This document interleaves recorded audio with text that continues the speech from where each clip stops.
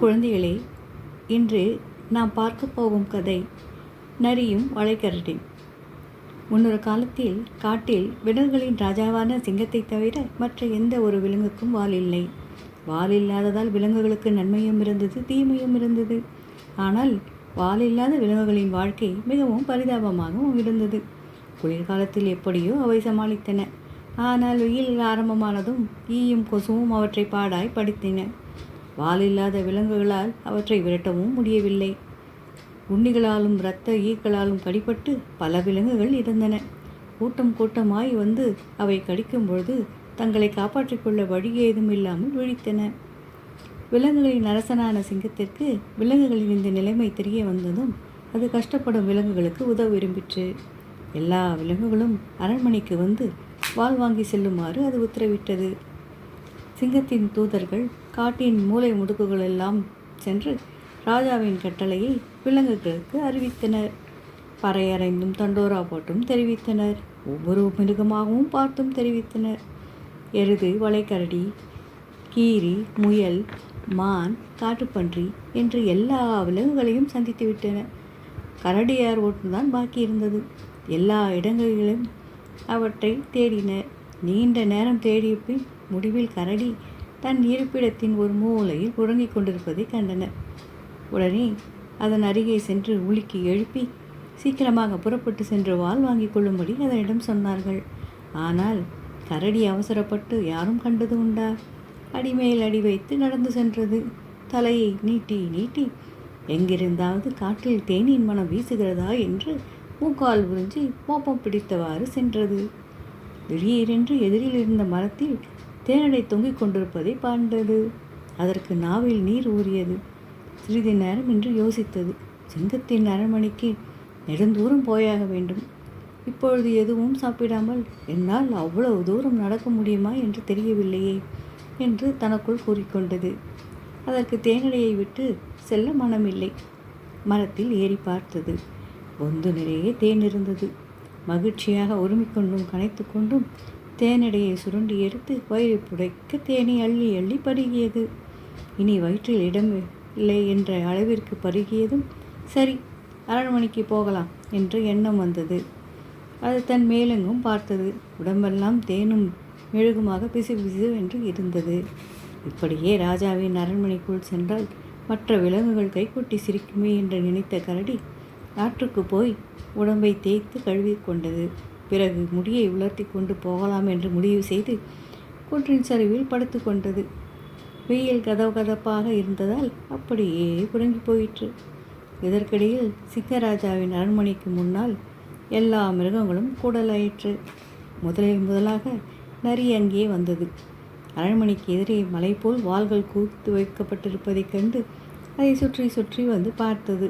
அங்கே நீண்ட வாள்கள், குட்டையான வாள்கள், முடிகள் அடர்ந்தவை, ஒட்டவையானவை என்று எல்லா வகையான வாள்களும் இருந்தன. அரியாசனத்தில் அமர்ந்திருந்த சிங்கராஜாவின் முன் தலை குனிந்து வணக்கம் தெரிவித்தது நரி. மேன்மை தாங்கிய மன்னனே என்று அழைத்து பின் வருமாறு கூறலாயிற்று. நான் தங்களுடைய உத்தரவை கேட்டவுடன் எல்லோருக்கும் முதலாய் ஓடோடி வந்திருக்கிறேன். ஆகவே எனக்கு பிடித்தமான வாளாய் நானே தேடி எடுத்துக்கொள்ள அனுமதிக்க வேண்டுகிறேன் என்று. நரி தனக்கு எப்படிப்பட்ட வாளை தேர்ந்தெடுத்து கொள்ளப் போகிறது என்று சிங்கராஜா சிறிதும் கவலைப்படாமல் நல்லது நல்லது, உனக்கு பிடித்தமானவற்றை நீயே எடுத்துக்கொள் என்று சொன்னது. தந்திரக்கார நரி மலை போல் குவிந்திருந்த வாள்களை எல்லாம் எடுத்து பார்த்து மிகவும் அழகானதாகவும் நீளமானதாகவும் புசு புசு என்று இருந்த ஒரு வாளை தேடி எடுத்துக்கொண்டது. எங்கே மற்ற விலங்குகள் அதற்கு போட்டியாக வந்துடுமோ என்று கலவரமடைந்து வாளை எடுத்துக்கொண்டு அரண்மனையை விட்டு வழியாக வெளியேறியது. நரிக்கு பிறகு அணில் அங்கே தாவி குதித்து வந்தது. நரியினுடைய போலவே அழகான ஆனால் சற்று சிறிதான ஒரு வாளை அது எடுத்துக்கொண்டது. அடுத்ததாக காட்டுமான் வந்தது. இருப்பதில் நீளமான வாளாய் தேர்ந்தெடுத்து கொண்டது. உண்ணிகளையும் இரத்த ஈக்களையும் போட்ட அதன் நுனியில் தடித்த தூர்கை போன்று ஒன்று இருந்தது. பிறகு வந்த கீரி, நரி அணிலைப் போலவே சற்று அடர்த்தியான வாளை எடுத்துக்கொண்டது. அதை பார்த்த வளைகரடி தானும் அகலமாக தடித்த வாளை எடுத்துக்கொண்டது. அதற்கு பின்னால் வந்த குதிரை அதிகமாக முடியுள்ள வாளை எடுத்து தன் பின்பக்கத்தில் வைத்து பார்த்து இப்படியும் அப்படியுமாக ஆட்டி கொசுக்களை துரத்த முடிகிறதா என்று பார்த்தது. எல்லாவற்றையும் எளிதில் அடித்து விரட்டலாம் என்று தெரிந்தவுடன் துள்ளி துள்ளி சந்தோஷமாக குதித்தவாறும் அணைத்தவாறும் புல்மேய சென்றது. பிறகு மீதி இருந்தது 2 வாள்கள் தான். 2மே சிறிய வாள்கள்.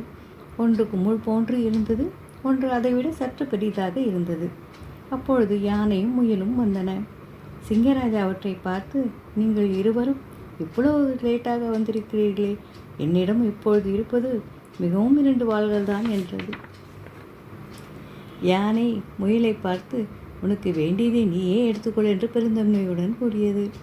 முயலும் சந்தோஷத்துடன் குமுள் போன்ற வாளை எடுத்துக்கொண்டு யானையையும் சிங்கராஜாவையும் பார்த்து, இது போதும், எனக்கு சிறிய வாள் தான் எனக்கு வேண்டும். புலி அல்லது ஓநாய் என்னை துரத்தி வரும்பொழுது அவற்றிடமிருந்து நான் தப்பிக்க என் வாள் எனக்கு தடையாக இருக்காது என்று கூறி இருவருக்கும் நன்றி தெரிவித்தது. யானையும் தன்னுடைய வாளை எடுத்துக்கொண்டு சென்றது. சிங்கராஜாவும் எல்லா வாள்களையும் கொடுத்து முடித்தவுடன் உள்ளே சென்று விட்டது. மாலை கூட நெருங்கிவிட்டது. கரடிக்கு அப்பொழுதுதான் விழிப்பு வந்தது. வாங்கள் வாங்க செல்ல வேண்டுமே என்ற நினைவும் அதற்கு அப்பொழுதுதான் வந்தது. மேலே வானத்தை பார்த்தால் தான் நெடுநேரம் தூங்கிவிட்டதை உணர்ந்தது. உடனே அடித்து பிடித்து கொண்டு சிங்கராஜா இருப்பிடத்திற்கு ஓடியது. கை கால்களில் இடித்து கொண்டு அரண்மனையின் மரங்களின் மேலே மோதிக்கொண்டும் கீழே விழுந்து ஓடியும் அது சிங்கராஜாவின் அரண்மனையை அடையும் பொழுது லேசாக இருட்டத் தொடங்கிவிட்டது. அங்கும் இங்கும் சுற்றி சுற்றி பார்த்தது.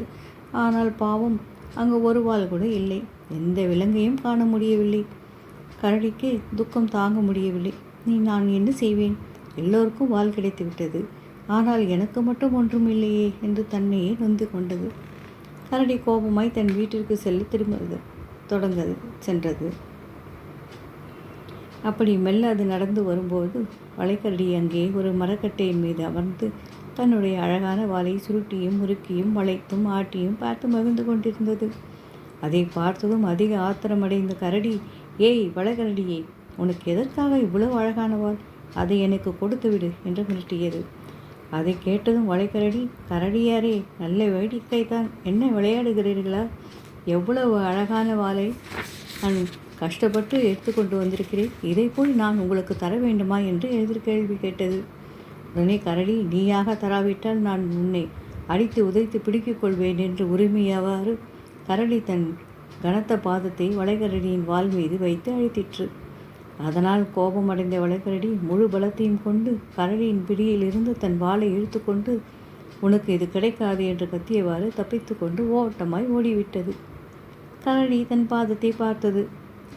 அந்த வாளின் நுனிப்பகுதி மட்டும் ஒட்டி கொண்டிருந்ததை பார்த்து, சரி, இதுவாவது கிடைத்ததே என்று எண்ணியவாறு அந்த வால் நுனியை தன் பின்னால் அழுத்தி ஒட்டி கொண்டு மரப்பொந்தில் மீதி இருந்து தேனை குடிக்க புறப்பட்டு சென்றது. ஆனால் தப்பி ஓடிய வளைகரடி மிகவும் பயந்து விட்டது. இனி என்ன செய்வது என்று புரியாமல் தவித்தது. எங்கே ஒளிந்து கொண்டாலும் கரடி மீண்டும் திரும்பி வந்து எஞ்சியுள்ள தன் மீதி வாளையும் பீத்து கொண்டு போய்விடும் என்று அது பயந்தது. ஆகவே தரையில் பெரிய வலையை தோண்டி அதில் தன்னை உறைவிடமாக கொண்டு அங்கே பதுங்கியிருந்தது. இரவில் மட்டும் வெளியில் சென்று உணவு தேடியது. ஒரு நாள் அப்போக்கமாக வந்த நரி தரையில் வலை இருப்பதை பார்த்துவிட்டு அருகே வந்தது. தரைக்கு கீழே இருந்து பலத்த குரட்டை சப்தம் வெளியே வரை கேட்டது. இப்படிக்கு தரைக்கு அடியில் தூங்குவது யார் என்ற ஆச்சரியத்துடன் வலைக்குள் தலையை மெல்ல நுழைத்து எட்டி பார்த்தது. அங்கு வளைக்கரடி தூங்கிக் கொண்டிருப்பதை பார்த்து ஆச்சரியமடைந்தது. ஐயா தோழரே, மேலே உனக்கு சிறிது இடம் கூடவா கிடைக்கவில்லை? இப்படி தரைக்கடையில் வந்து பதுங்கிக் கொண்டு உறங்கிக் கொண்டிருக்கிறாயே என்று கேட்டது. இதை கேட்டதும், என்ன செய்வது நரியாரே, எனக்கு மேலே இடம் இல்லை என்று வருத்தத்துடன் கூறியது. இறை தேட வெளியில் வராமல் இருக்க முடியுமானால் நான் இரவில் கூட வெளியில் வராமல் உள்ளேயே பதுங்கியிருப்பேன் என்றது. தான் கரடியிடம் மாட்டிக்கொண்டதையும் தன் வாளை கஷ்டப்பட்டு போராடி மீட்டு கொண்டு வந்ததை பற்றியும் விவரமாக நரியிடம் சொன்னது வளைக்கரடி. நரிக்கு உடனே பயமாகிவிட்டது. அப்படியா என்று அச்சத்துடன் கேட்டது. வளைகரடியின் வாளையே கரடி அபகரித்து கொள்ள முயன்றதென்றால் அதைவிட பல மடங்கு அழகான என்னுடைய வாளுக்கும் அபாயம் காத்திருக்கிறது என்றல்லவா அர்த்தம் என்று நினைக்கத் தொடங்கியது. உடனே அது கரடியின் கண்ணில் படாமல் ஒளிந்து கொள்ள தனக்கும் ஒரு மறைவிடம் தேடிக்கொள்வதற்காக ஓடிற்று. இரவு முழுதும் தேடியும் நரிக்கு தக்க இடம் கிடைக்கவில்லை. முடிவில் பொழுது விடியும் நேரத்தில் வளைக்கரடி பொந்துக்கு அருகே தனக்கும் ஒரு பொந்து தோண்டி கொண்டு அதனுள் புகுந்து அடர்த்தியான அழகான தன் வாளால் தன்னை மூடி மறைத்து கொண்டு நிம்மதியாக தூங்க தொடங்கிற்று. அது முதலாக வளைக்கரடியும் நரியும் தரையில் வளையல்களை தோண்டி அதிலேயே வசித்து வருகின்றன. கரடியும் இது நாள் வரை சிறு குமிழ் போன்றதென்று வேறு வால் இல்லாமலேயே வாழ்ந்து வருகிறது. என்ன குழந்தைகளே, இந்த கதை உங்களுக்கு பிடித்திருக்கிறதா? மீண்டும் ஒரு நல்ல கதையில் உங்களை சந்திக்கிறேன். நன்றி, வணக்கம்.